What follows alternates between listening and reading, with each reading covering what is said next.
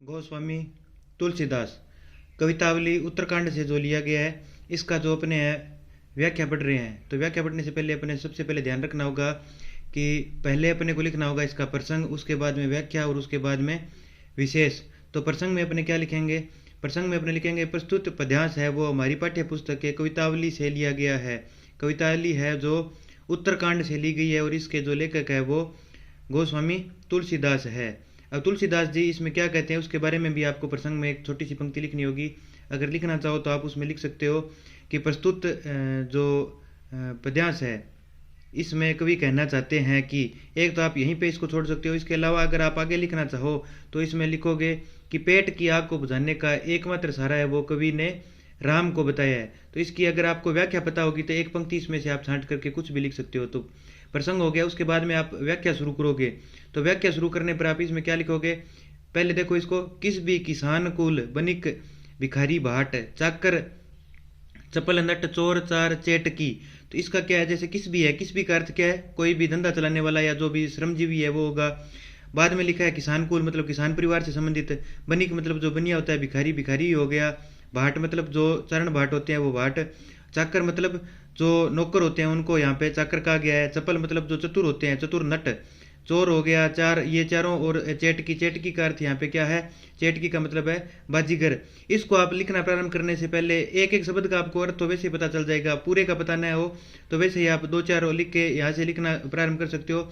लेकिन इतना ध्यान रखना है कि प्रारंभ कहाँ से करोगे। तो प्रारंभ करते समय आपको ध्यान में रखना है कि गोस्वामी तुलसीदास जी कहते हैं, क्या कहते हैं कि कोई भी व्यक्ति है वो क्या है, अपना पेट भरने के लिए कोई न कोई कर्म करता है। तो ये किस प्रकार से कर्म करने वाले हैं तो इसको ध्यान में रखना है कि पेट भरने के लिए कोई तो क्या है, किस भी मतलब जो अपना काम धंधा चलाते हैं। किसान कुल मतलब कोई किसान या खेती का कार्य करते हैं, कोई बनिया है मतलब बनिक मतलब बनिया है, कोई भिखारी है, कोई नट या भाट है। और उसके बाद में चाकर, चाकर मतलब कोई नौकर बन के या फिर कोई नौकरी करके अपना पेट भरता है। चपल मतलब जो कोई भी कोई चालाकी करता है, कोई नट है, और कोई चोरी करके अपना पेट भरता है। ये सभी किस प्रकार से अपना पेट भरते हैं वो इन्होंने बताया। इसके अलावा चेटकी, चेटकी का अर्थ बताया था मैंने आपको, जो बाजीगर होता है। तो कभी यहाँ पे कहता है कि सभी अपने अपने कर्म करते हैं, अर्थात अपना पेट भरने के लिए अलग अलग कार्य करते हैं। कोई किसानी करता है, कोई श्रमजीवी है, कोई बनिया है, कोई भिखारी है, कोई भाट है, कोई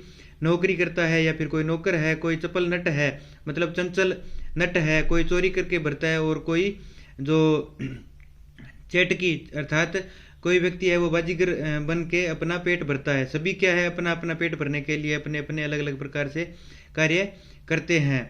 कुछ लोग अपना पेट भरने के लिए मतलब पेट को पढ़त मतलब पेट को भरने के लिए कुछ लोग पढ़ते हैं गुण घटत चढ़त गिरी, और कुछ लोग क्या है विभिन्न गुणों से विभिन्न गुण और कलाएं क्या है सीखते हैं। लिखा है ना, गुण घटत मतलब गुणों में घटत, गुणों से मंडित है या फिर गुणों को अपना पेट भरने के लिए ग्रहण करते हैं।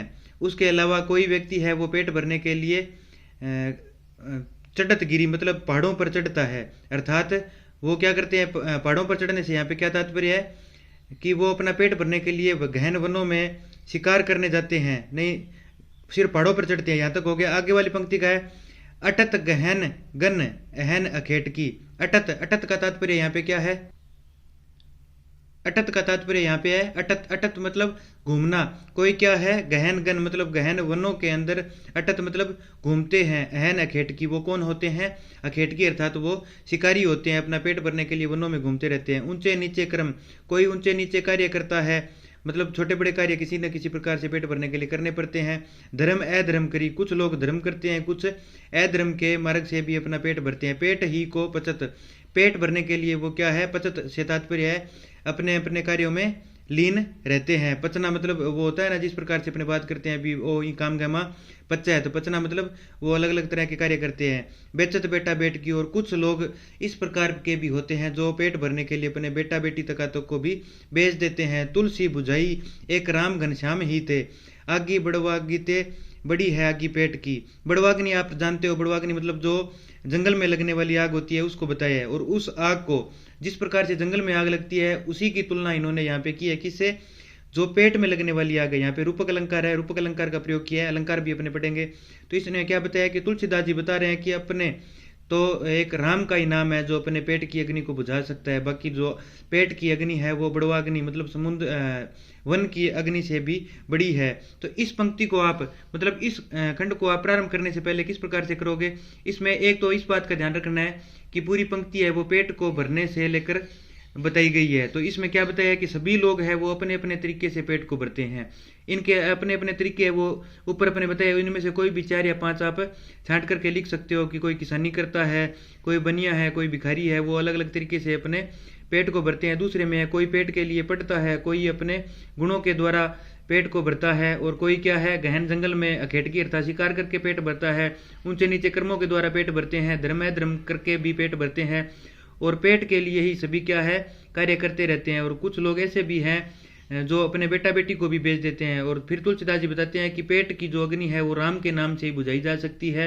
जो अग्नि किस प्रकार से है, वह अग्नि बड़वाग्नि अर्थात जंगल की अग्नि से भी बड़ी है। अगली पंक्ति है, खेती न किसान को भिखारी को न भीख बली, बनिक को बनिज न चाकर को चाकरी, जीविका विहीन लोग सिद्धिमान सोच बस, कहे एक मकान सो जाई जाई कहाँ जाई का करी, बेदहु पुराण कही लोक हु बिलोकत, सांकरे सबे पे राम रावरे कृपा करी, दारिद दसानन दबाई दुनी, दीन बंधु दूरित दहन, देखी तुलसी आहा करी। यहाँ पे भी आपको क्या लिखना है, उसी प्रकार से लिखना है जैसे ये ऊपर दिया हुआ कवितावली के उत्तरकांड से लिया गया है। और इसमें कवि यह कहना चाहते हैं कि क्या कहना चाहते हैं कवि, खेती न किसान को, अर्थात वो कहते हैं कि वर्तमान में बुरी दशा आ जाने से अब क्या है, इसको यहाँ से प्रारंभ करना है कि वर्तमान में दशा है वो क्या बिल्कुल ही बुरी दशा आ गई है। तो उससे क्या है, किसान को तो खेती नहीं है, भिखारी को भीख नहीं है, और बनिक को बनिज मतलब बनिक है जो बनिया है उसको क्या है ब्याज नहीं मिल रहा, न चाकर को चाकरी, चाकर से तात्पर्य अभी अपने देखा था ना पीछे, जो नौकरी करने वाला है उसको क्या है कोई भी प्रकार की चाकरी अर्थात कोई भी प्रकार की नौकरी नहीं मिल रही है। जीविका विहीन लोग सिद्धिमान सोच बस, और लोग क्या है जीविका विहीन अर्थात अपना कार्य है उस कार्य से विहीन हो गए हैं, उनको क्या है अब कोई भी कार्य नहीं मिल रहा है, उससे वो क्या है दुखी हो गए हैं। सिद्धिमान जो शब्द दिया है ना यहाँ पे जो लिखा हुआ है सिद्धिमान, उस सिद्धिमान का आपको अर्थ लगाना है दुखी, मतलब जीविका विहीन लोग, मतलब जो कार्य है उस कार्य से विहीन लोग है वो दुखी हो गए हैं, दुख भरी सोच उनकी हो गई है। कहे एक मकान सो, कहे एक मकान सो कहाँ जाई का करी,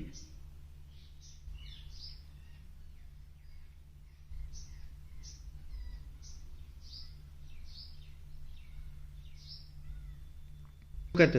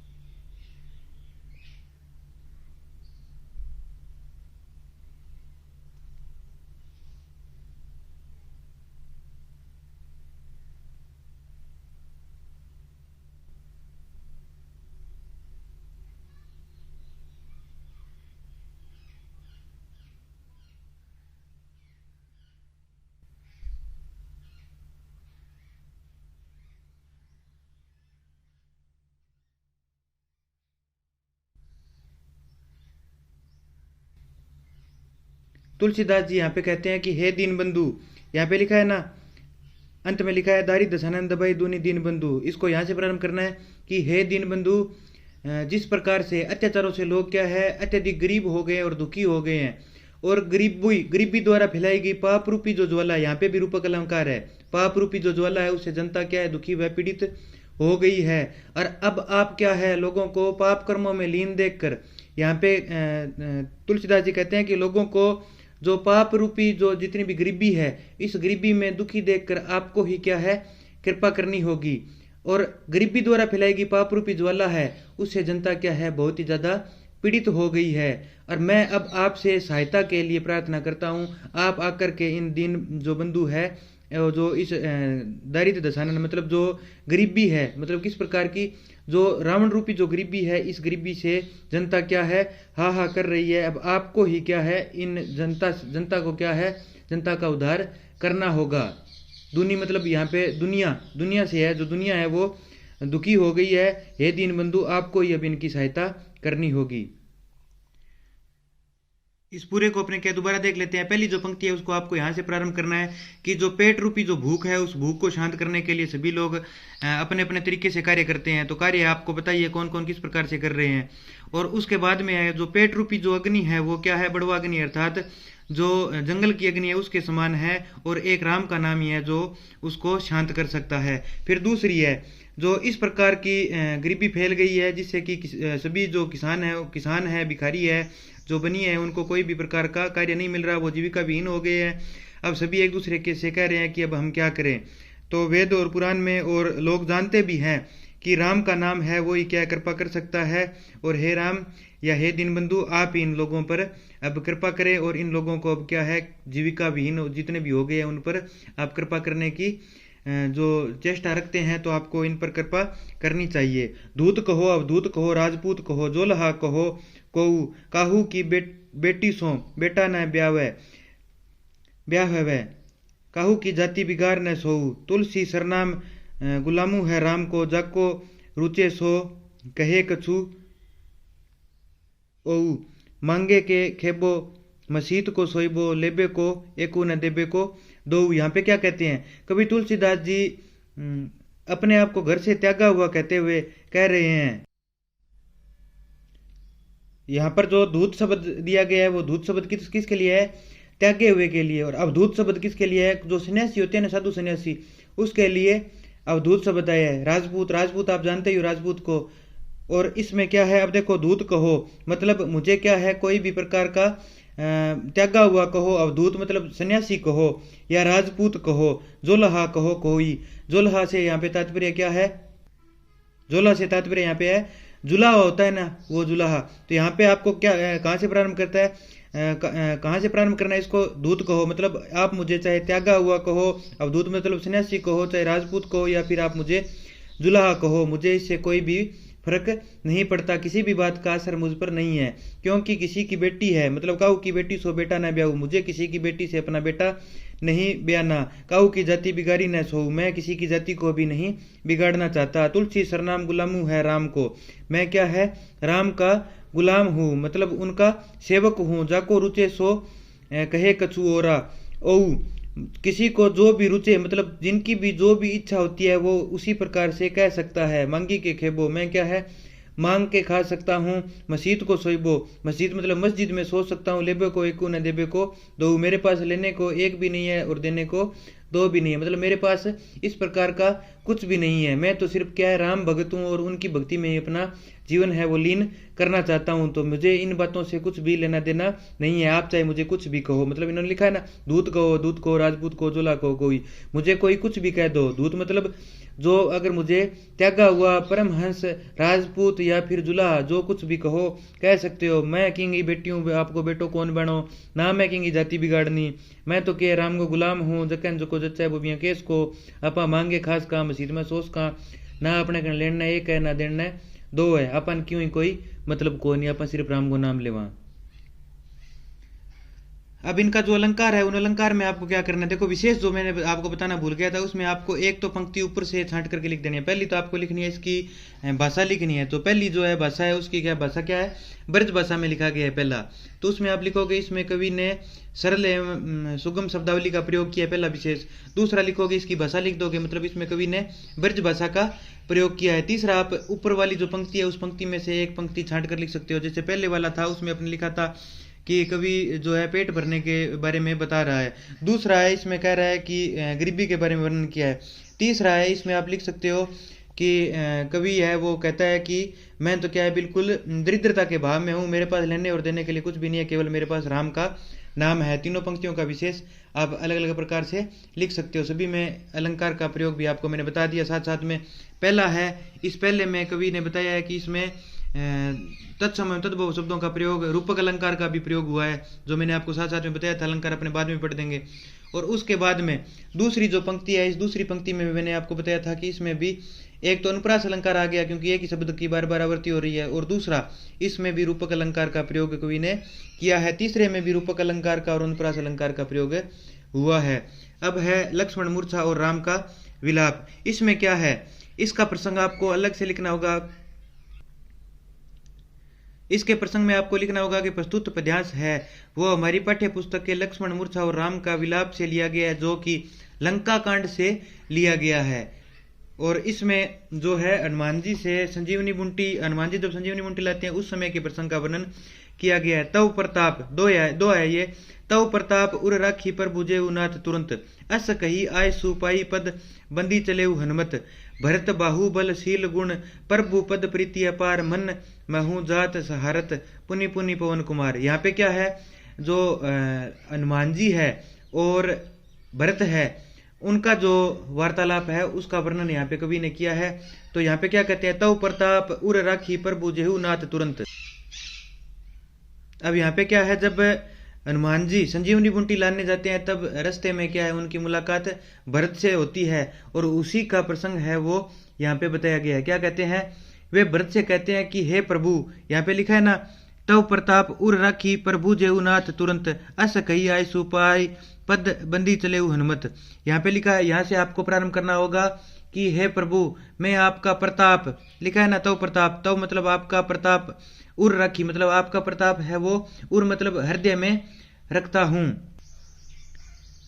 तव प्रताप उर राखी मतलब तव मतलब आपका प्रताप मतलब जो यश है, उर मतलब हृदय, राखी मतलब रखना, आपका प्रताप है वो हृदय में रखकर, प्रभु जेहू नाथ तुरंत। यहाँ पे जो नाथ है वो किसको बताया गया है, श्री राम को बताया गया है। और कहते हैं कि हे प्रभु, मैं आपका प्रताप है वो हृदय में रखकर जेहू मतलब जाऊंगा, नाथ तुरंत, तुरंत अपने नाथ के पास मैं जाऊंगा। अस कही आय सुपाई पद बंदी चले हनुमंत, और अस मतलब ऐसा, कही मतलब कहकर, आयसु मतलब आज्ञा पाकर, पाई मतलब पाकर, पद मतलब पैर, बंदी मतलब छूकर के चले हनुमंत, ऐसा कहकर के हनुमान है वो भरत के पैर छूकर के हाथों हाथ वहां से चले जाते हैं। भरत बाहुबलशील गुण प्रभु पद प्रीति अपार। भरत बाहु, भरत के जो बाहु मतलब भुजाएं हैं, और उनका बल है, शील और गुण है, प्रभु पद प्रीति अपार, वो उनके पैरों में ही क्या है, अपार है। मन महू जात सहारत पुनि पुनि पवन कुमार, और मन ही मन, मन ही मन, मन महू जात सहारत, सहारत मतलब सहारना, सहारना से तात्पर्य यहाँ पे, सहारत से तात्पर्य यहाँ पे क्या है, उसकी सराहना करते हुए जाते हैं। पुनि पुनि पवन कुमार, पुनि पुनि मतलब बार बार, पवन कुमार अर्थात हनुमान जी है वो क्या करते हैं, मन माहू जात सहारत, उनका जो गुण है, ऊपर लिखा है ना भरत बाहुबल, भरत के भुजाओं का बल, उनका शील, उनका गुण, प्रभु पद प्रीति पार, उनके पैरों की जो अपरम शक्ति है, उस शक्ति को जैसे उन्होंने उनके पैर छुए थे, उनके पैरों को छूते ही वो क्या है, अपने मन ही मन सहारते हुए, अर्थात किसको सहारते हुए, उनके गुण और जो उनका शील गुण है उनको सहारते हुए वो पवन कुमार अर्थात हनुमान जी है वो वहाँ से श्री राम की तरफ चले जाते हैं। फिर है उहाँ राम लक्ष्मण निहारी, उहाँ मतलब वहाँ पर, राम लक्ष्मण निहारी, वहाँ पर क्या है, कहाँ पर, जहाँ पे लक्ष्मण के जो तीर लगा था उससे वो क्या मूर्छित हो जाते हैं, मूर्छा बाण लगा था उससे वो मूर्छित हो जाते हैं, तब वहाँ पे राम उनके पास बैठे हुए हैं। और उहाँ राम लक्ष्मण निहारी, वहाँ पर क्या है, राम लक्ष्मण को निहारते रहते हैं, बोले वचन मनुज अनुसारी, और अपने मन के अनुसार वो क्या है, वचन बोलते हैं। उहाँ राम लक्ष्मण निहारी, वहाँ पे राम क्या है, लक्ष्मण को निहारते हैं, बोले वचन मनुज अनुसारी, मनुज, मनुज यहाँ पे मनुष्य है भाई, बोले वचन, वचन बोलते हैं मनुज अनुसारी, मनुष्य के अनुसार वो क्या है, वचन बोलते हैं। और क्या कहते हैं, अर्धरात्रि, अर्धरात्रि गई कपि नहीं आई हूँ, राम कहते हैं कि आधी रात बीत गई, कपि अर्थात यहाँ पे कपि किसके लिए है, वानर के लिए, और वानर से तात्पर्य यहाँ पे किससे है, हनुमान जी से है। वो कहते हैं कि आधी रात बीत गई परंतु अभी तक क्या है, कपि नहीं आई हूँ, अर्थात हनुमान जी नहीं आए हैं। राम उठाई अनुज उर लाए हूँ, राम क्या है, उठा करके अनुज अर्थात लक्ष्मण को अपने उर अर्थात हृदय के लाए हूँ मतलब लगा लेते हैं, राम उठा करके अपने अनुज अर्थात लक्ष्मण को हृदय से लगा लेते हैं। सकहु न दुखित देखी मोहि काहू, बंधु सदा तव मृदुल स्वभाव।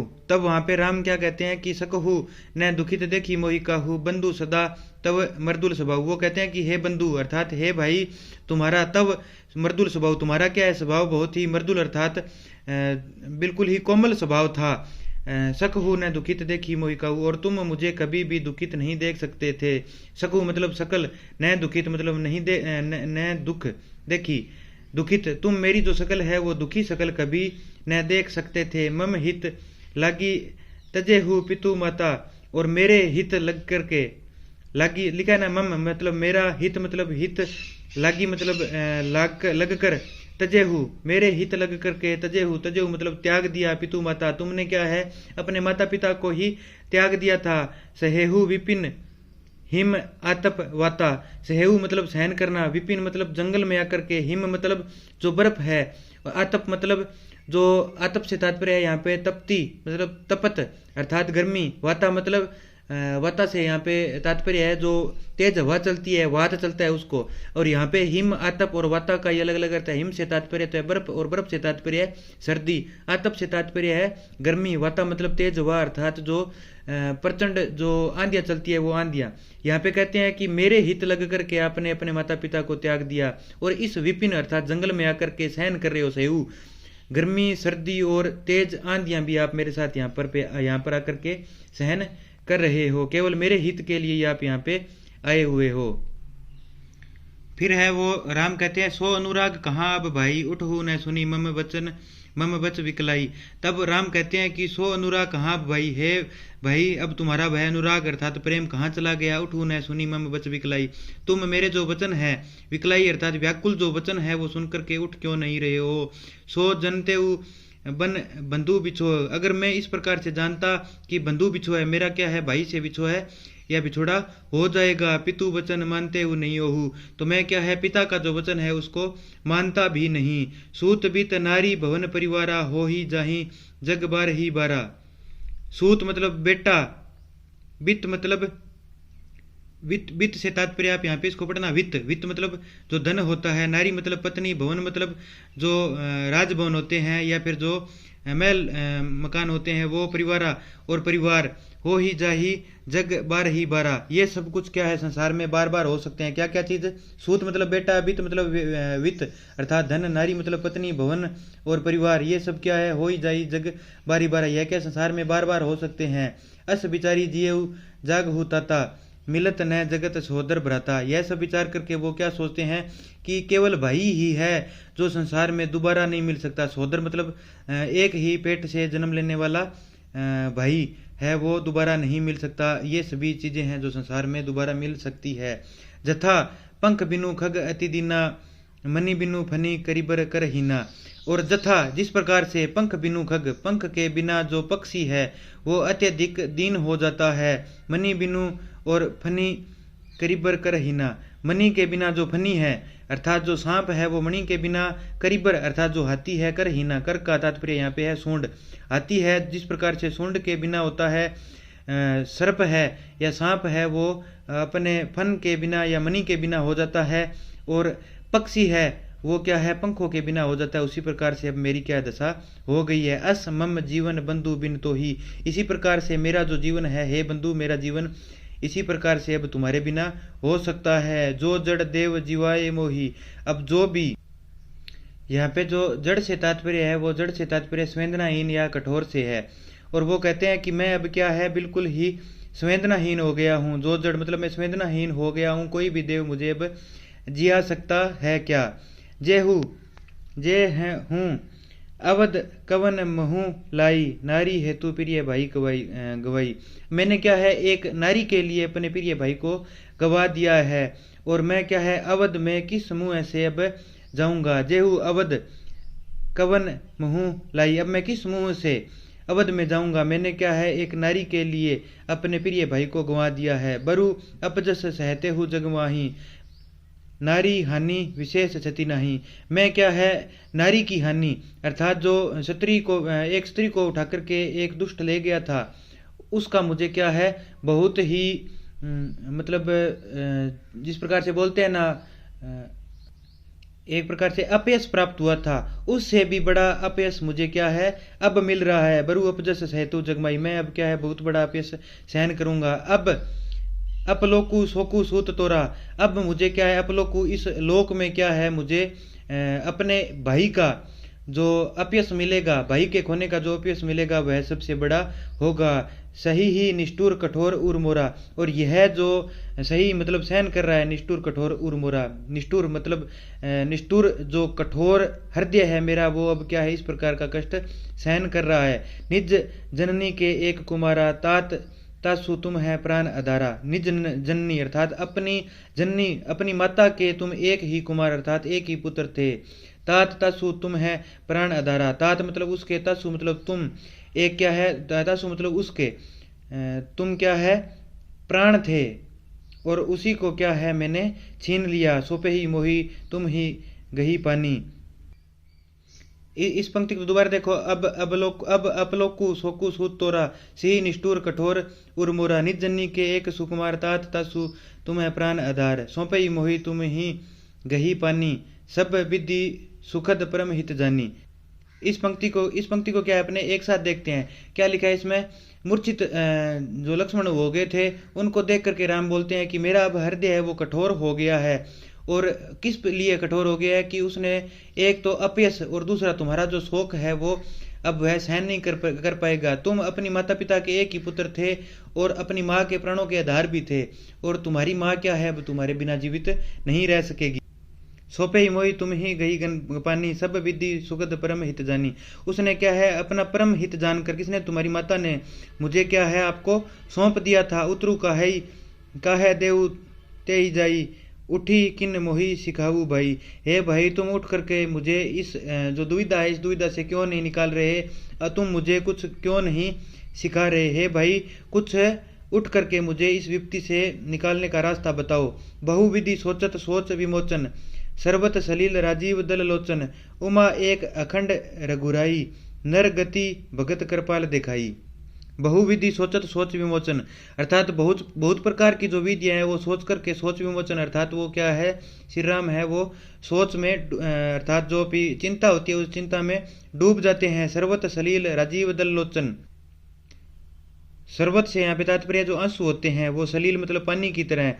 राजीव दल लोचन, लोचन अर्थात नेत्रों से, राजीव अर्थात कमल, वो क्या है किस प्रकार से बहने लगते हैं, कमल की पंखुड़ी के समान नेत्रों से निरंतर जल उनके क्या है जल या अश्रु है उनके बहने लग जाते हैं। लिखा है ना, सर्वत मतलब पानी, सलील मतलब पानी, सर्वत मतलब बहने लगता है, राजीव मतलब कमल, दल लोचन अर्थात जो नेत्रों का जो दल है उनसे क्या है जो कमलों की पंखुड़ी है उनके समान वहाँ से क्या है आंसू निकलने लग जाते हैं। तो यहाँ पे भी रूपक अलंकार है उमा एक अखंड रघुराई। वो वहाँ पर फिर क्या कहते हैं कि श्री राम एक अद्वितीय वियोग रहित है। उमा विधि उमा एक अखंड रघुराई, नर गति भगत कृपाल दिखाई।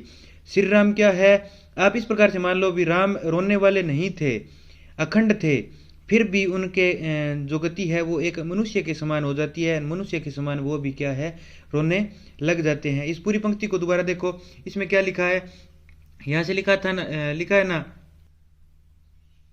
बरु अपजस सहु जग मोई, मैं क्या है इस संसार में संपूर्ण दुख है वो सहन कर लूंगा, परंतु आपका जो दुख है वो मैं सहन नहीं कर सकता।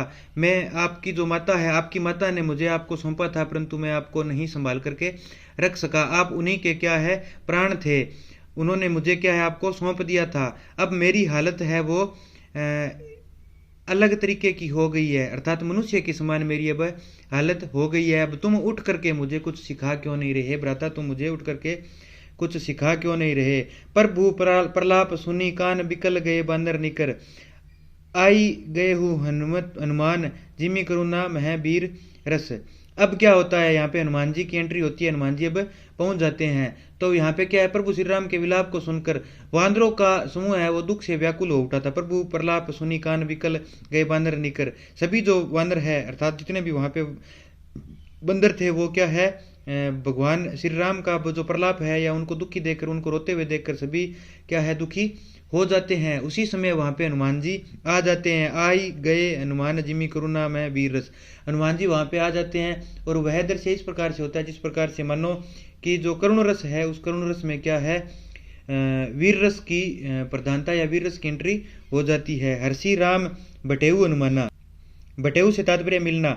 हर्षि मतलब हर्ष से या प्रसन्न होकर के जो श्री राम है वो हनुमान से मिलते हैं। अति कृतज्ञ प्रभु परम सुजाना। परम परम सुजाना से तात्पर्य है कि परम ज्ञानी होते हुए भी श्री राम है वो क्या है, हनुमान जी को देखकर अत्यधिक कृतज्ञ हुए थे।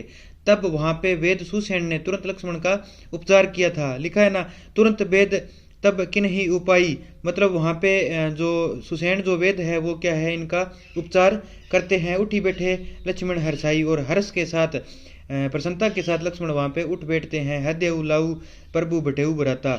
वहां पे क्या है, हनुमान जी के द्वारा जब संजीवनी मुंटी लाई जाती है उससे क्या है, लक्ष्मण खड़े हो जाते हैं। तो यह सब देख करके हृदय लायु लाई प्रभु बटेऊ भ्राता, अपने छोटे भाई को जो राम है वो क्या है, हृदय से लगा देते हैं। हर्षे सकल भालू कपि भ्राता। यह जो मिलन था, इस मिलन को देख करके सभी भालू वानर वो सभी क्या है, हर्षित हो गए थे। फिर क्या होता है, हनुमान जी क्या है उस जो वेद है उसको तुरंत वहां पहुंचा देते हैं। कपि पुनि वेद तहाँ पहुंचावा। यहाँ पे कपि से तात्पर्य हनुमान जी से। हनुमान जी तुरंत क्या है उस वेद को वापस पहुंचा देते हैं। जय विधि तब ही ताही ले आवा। जिस विधि से वो वहां से उसको लेकर के आते हैं उसी प्रकार उन्होंने वापिस पहुंचा देते हैं। यह वृतांत दशानन सुनेऊ अति विषाद पुनि पुनि सिर धुनेऊ। यह वृतांत दशानन सुनेऊ, जब रावण है इस वृतांत को सुनता है, अति विषाद पुनि पुनि सिर धुनेऊ, और वह क्या है अत्यधिक दुख में आ जाता है। और पुनि पुनि मतलब बार बार सिर धुनेऊ, अपने सिर को पीटता है। और फिर क्या करता है, व्याकुल कुंभकर्ण पही आवा। फिर वह क्या है, व्याकुल होकर के कुंभकर्ण के पास आता है। विविध जतन करी ताही जगावा, और विभिन्न प्रकार के जतन कर करके उस कुंभकर्ण को वहां पर जगाता है। जगा निशिचर देखी कैसा। जागा मतलब जागना, निशिचर यहाँ निशिचर से तात्पर्य राक्षस है, और राक्षस से तात्पर्य यहाँ पे लिया गया है किससे, कुंभकर्ण से। और यह जाग करके निशिचर अर्थात जो कुंभकर्ण है, देख ही कैसा वह किस प्रकार का माहौल वहां पर देखता है। मानहु काल देह धरी बेसा, और उसको देख करके ऐसा लगता है, किसको, कुंभकर्ण को देख कर लगता है मानहु कालू। मानहु से तात्पर्य यहाँ पे आपको बताया था उत्प्रेक्ष अलंकार है। अलंकार में आपको उदाहरण बता दूंगा। मानहु कालू देह धरी बेसा, मानो इस प्रकार से वह कुंभकर्ण लगता है जिस प्रकार से काल ने ही देह धारण कर रखी हो। काल से तात्पर्य मृत्यु है, मृत्यु ने ही शरीर धारण कर रखा हो। कुंभकर्ण को देखकर ऐसा लगता है। कुंभकर्ण बुझा कहू भाई। कुंभकर्ण अपने भाई से पूछता है, अर्थात पूछता है कि कहो भाई क्या बात हुई। कायत है मुख रहे सुखाए, तुम अपना मुंह क्यों सुखा रखे हो, अर्थात तुम्हारे माथे पर चिंता की रेखा किस प्रकार से है। कथा कही सब ते ही अभिमानी। यहाँ पे अभिमानी से तात्पर्य रावण से है, तब वहाँ पे कथा कही, कथा कह देता है। सब ते ही मतलब उससे अभिमानी अर्थात रावण। रावण अपने भाई कुंभकर्ण से सभी प्रकार की कथा बता देता है। जय ही प्रकार सीता हरियाणी, वह कहता है कि जिस प्रकार से हमने सीता का हरण किया था और यहाँ पर उसको लेकर के आए थे। तात कपिन है सब निशिचर मारे। तात मतलब हे भाई, जो कपिन है मतलब जितने भी बंदर थे उसने निशिचर मार दिए, अर्थात जितने भी राक्षस थे उनको मार दिया।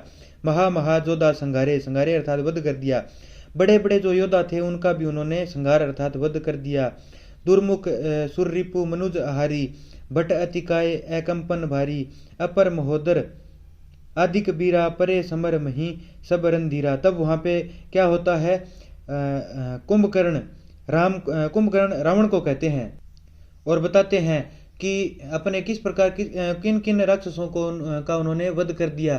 तब वो बताते हैं कि दुर्मुख, देवस्त्रु, मनुष्य भक्षक और महायोद्धा अतिकाय, जितने भी भारी भरकम शरीर के थे उन सभी का जितने भी वीर थे वो क्या है, रणभूमि में मारे जा चुके हैं। लिखा ना, दुर्मुख सुर रिपु मनुजहारी, मनुष्यों का संहार करने वाले। भट अतिकाय कंपन भारी, बड़े बड़े जो भट्ट थे अर्थात राक्षस थे। अपर महोदर आदिक बीरा, परे समर में ही सब रंधीरा, सभी क्या है समर में ही अपने है वो खेत हो गए अर्थात शहीद हो गए। उसके बाद है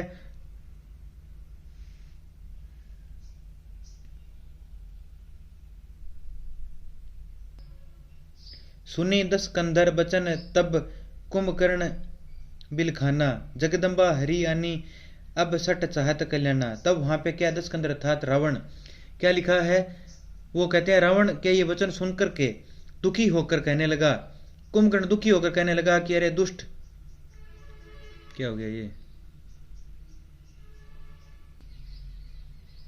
सठ से तात्पर्य यहाँ पे है दुष्ट।